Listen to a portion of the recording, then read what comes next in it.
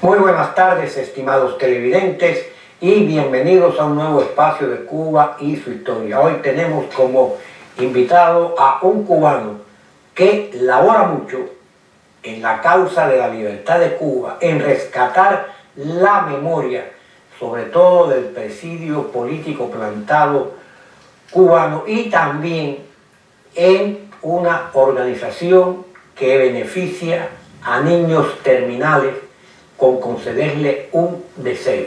Vamos a hablar de esas dos organizaciones y mi invitado se llama Miguel Sánchez.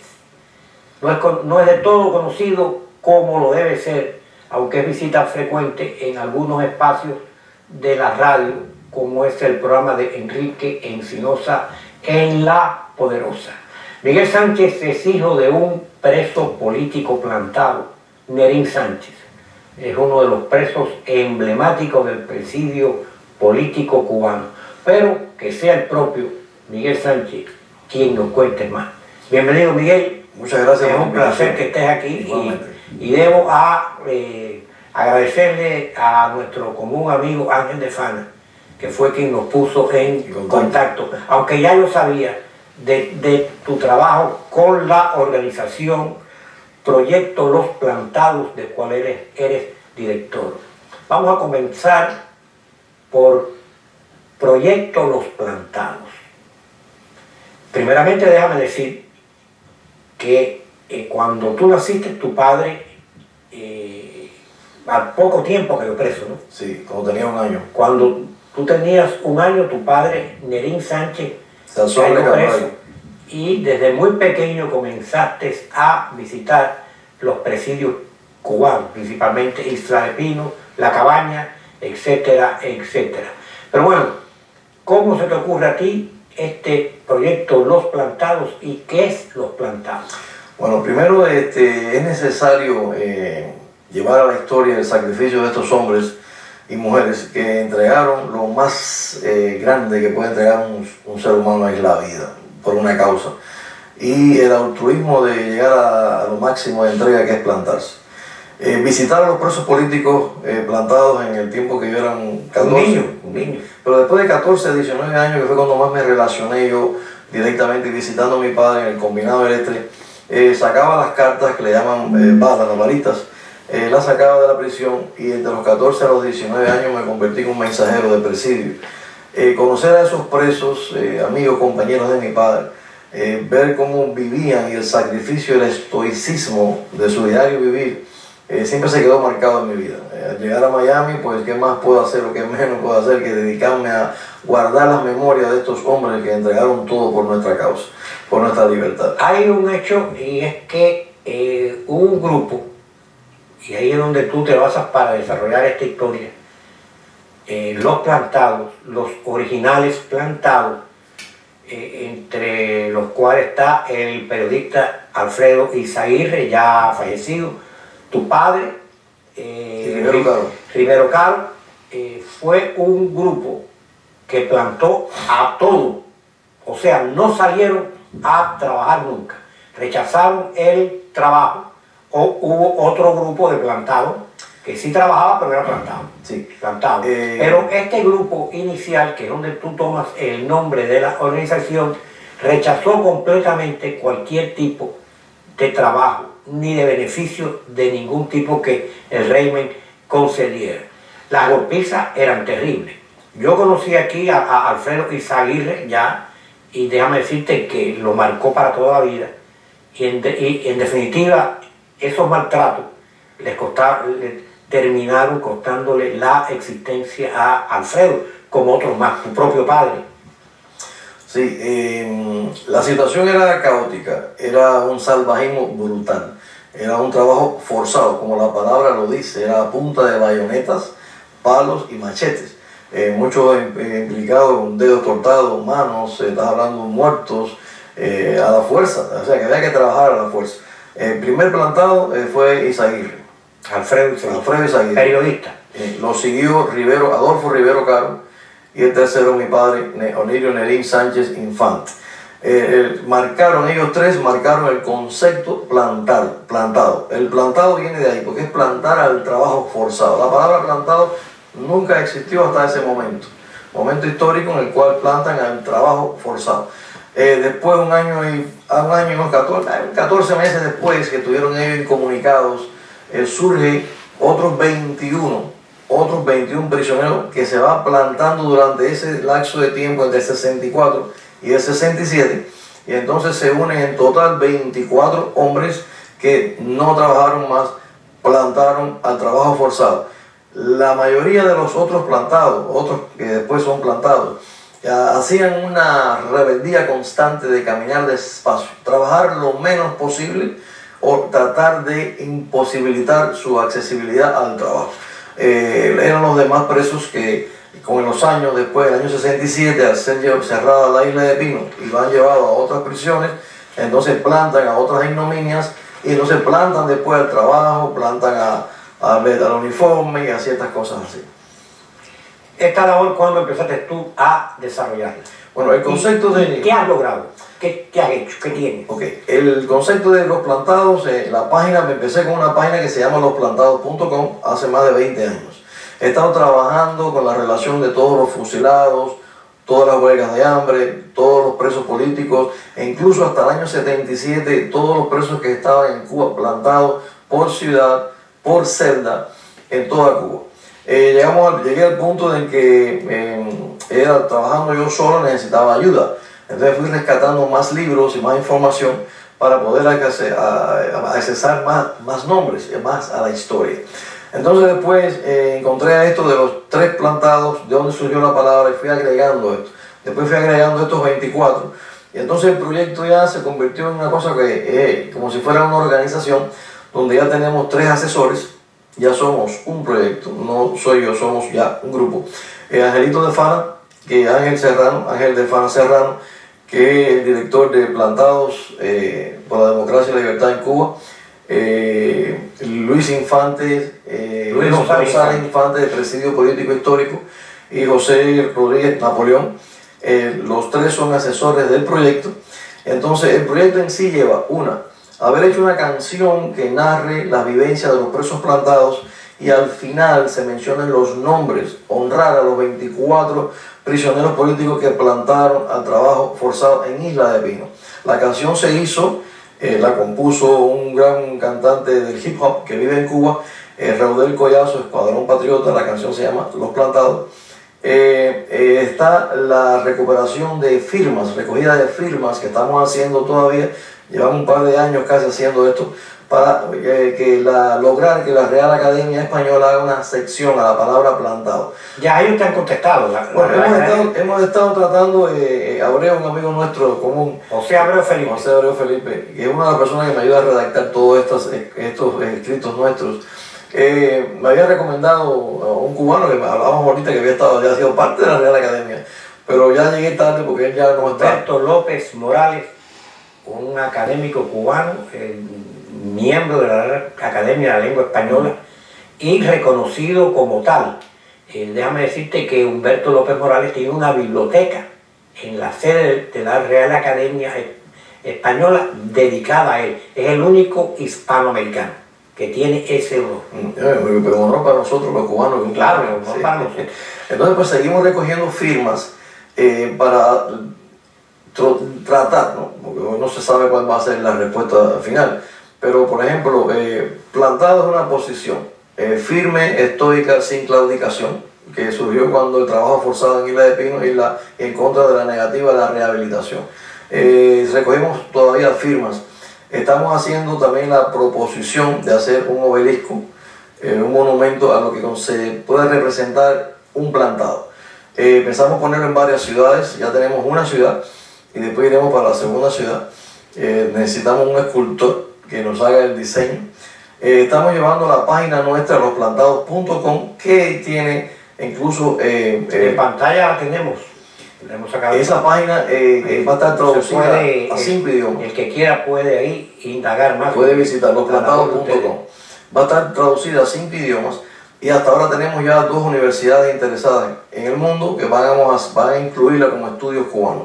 Parte del programa del proyecto, es la canción que ya está hecha, la relación de las firmas pidiendo a la Real Academia la sección a la palabra plantado. Que ellos te han contestado, no me contestaste tú. No, todavía estamos en proceso. No, pero ellos te dijeron primero porque tú les habías escrito preso político y ellos te dijeron eso se quedó porque parece que lo mandé a otro departamento y no llegó a donde tenía que llegar, por lo que yo después estuve viendo que no. Por eso que con Abreu entonces ya fui directo a la persona, pero tampoco pude hacerlo y me enteré que ya el señor no está ahí. Pero bueno, mientras exista la Real Academia Española, que va a existir siempre, un momento de esto va a recibir la carta de la petición de estos presos que aún viven entre nosotros. Son personas que se sacrificaron, entregaron lo máximo y tienen el derecho de un reconocimiento y de saber el sacrificio, al menos es una traducción a un esfuerzo, a una entrega que un hombre hizo. Esto, para beneficio de nuestros televidentes, vamos a decir que esta organización está dejando testimonios fílmicos y escritos. Sí. Nos reunimos todos los meses, el grupo de los 24 quedan 8 vivos. Estamos tratando de honrar a esos 8 que quedan vivos de los originales 24 que plantaron al trabajo forzado. Nos reunimos y estamos filmándoles su diario vivir, ellos son los que verídicamente estuvieron ahí, o sea que esos son los protagonistas de ese evento histórico. Entonces ellos son los que sacaron la relación en orden de plante, quiénes fueron los que plantaron. Entonces estamos guardando sus entrevistas para un día. Vamos a sacar ahora pronto la canción de nuevo de los plantados con videos de ellos y las historias de ellos contadas por ellos mismos. Eso es una cosa que se tiene que contar. Por cierto, Miguel, que este proyecto tuyo y de nuestro, sí, porque todo el que pasó por las cárceles es parte de este proyecto. Pues de cierta manera ha encontrado eco en la actual administración norteamericana. Y hay una información que ya tú la sabes, pero quiero compartirla con nuestros televidentes.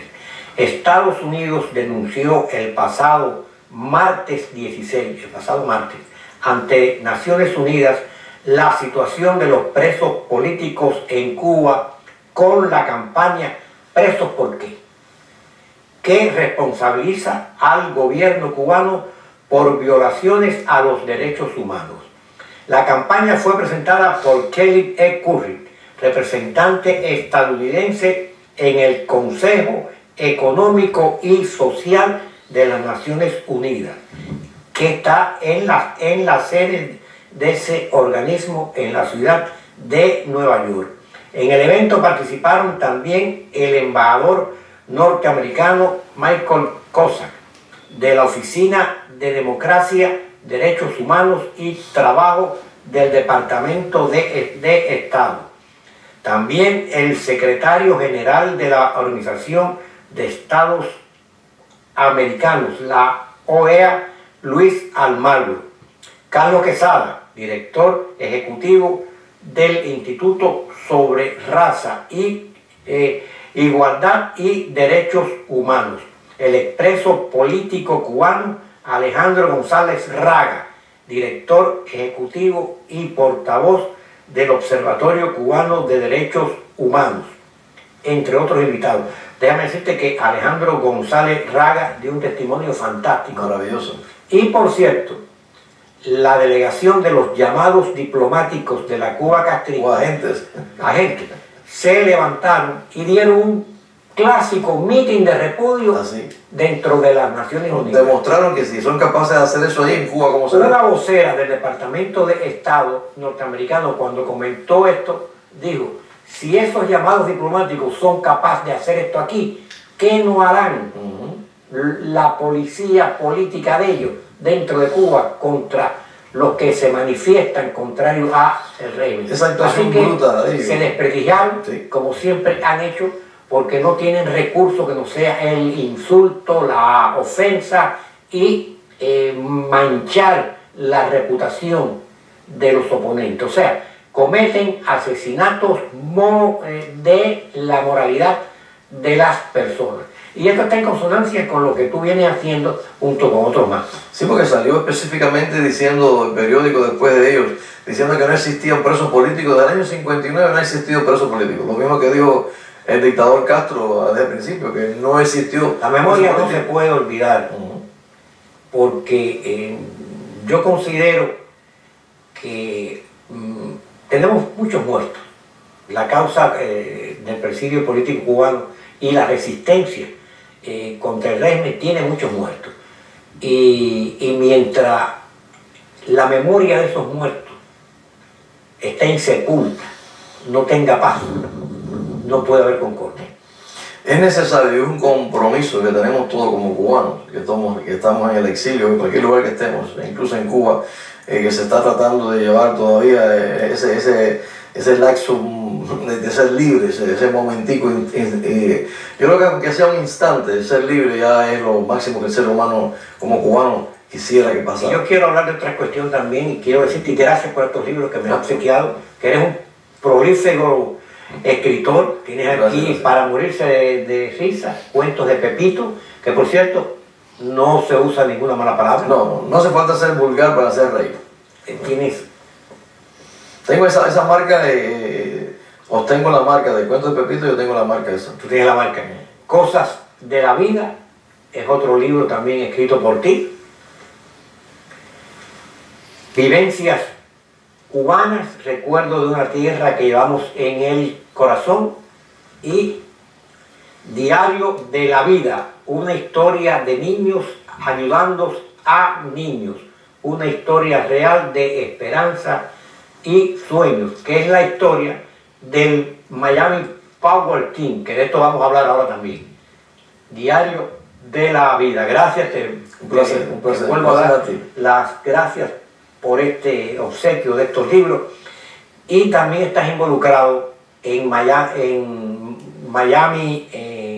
Power Team. Power Team. ¿Qué es Miami Power Team y desde qué tiempo estás en eso? Sí, bueno, llevamos 23 años, va a ser 24 ahora a principios de enero, febrero. Miami Power Team extiende una mano amiga a niños con condiciones terminales.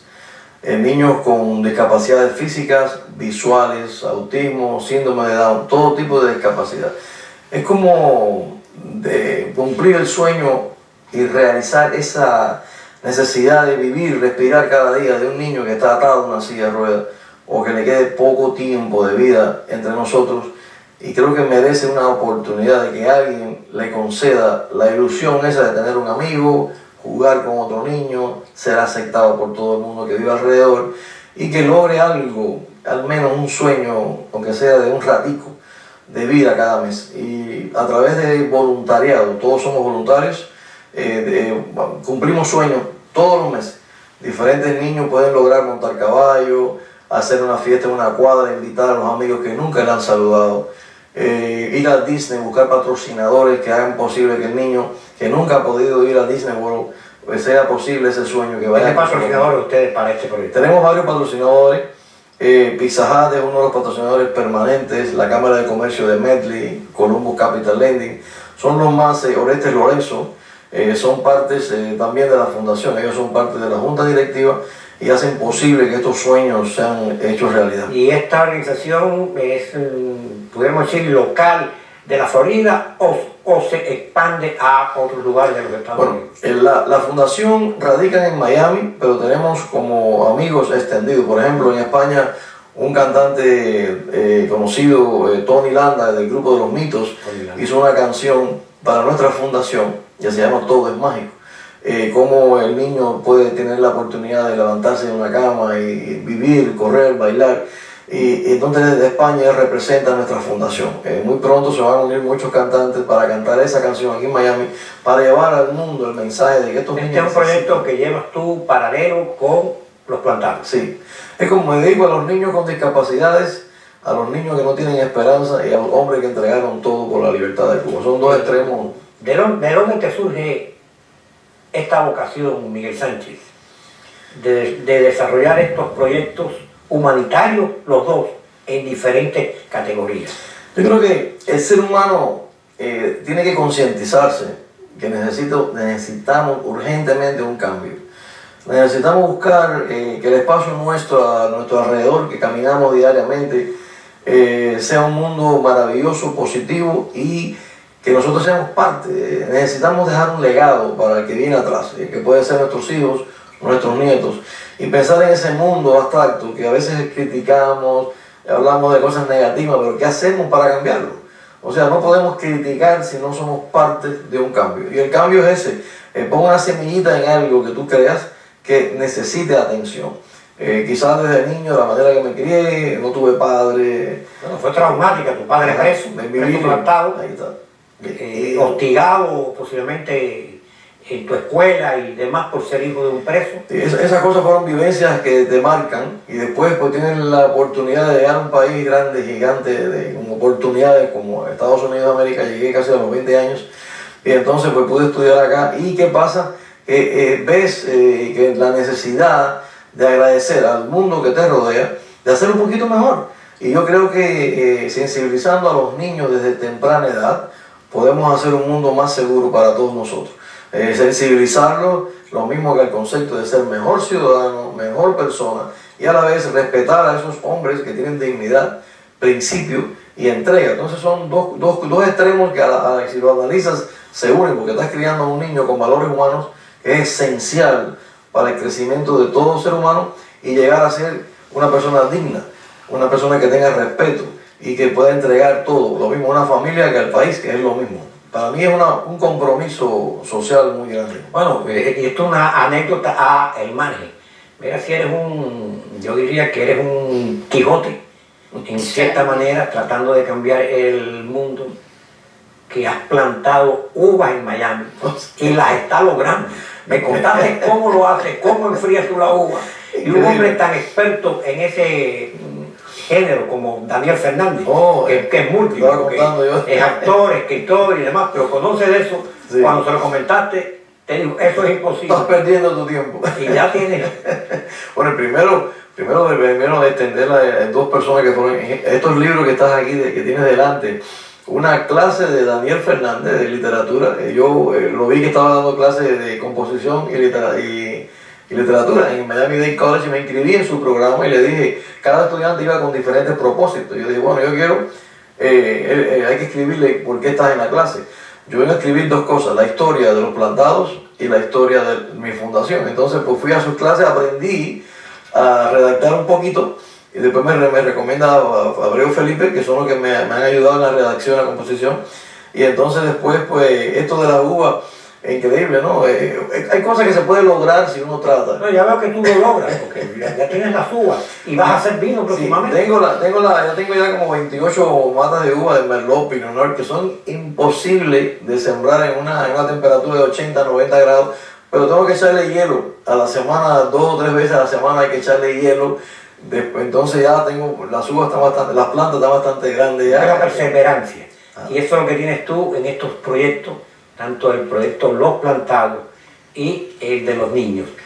No permitir que la memoria se borre, no tener odio y contribuir a el bienestar de otros. Y prohibido olvidar, no se puede olvidar. No se puede olvidar porque quien no tiene memoria, como decía Santayana, está condenado a cometer el mismo error. Así es.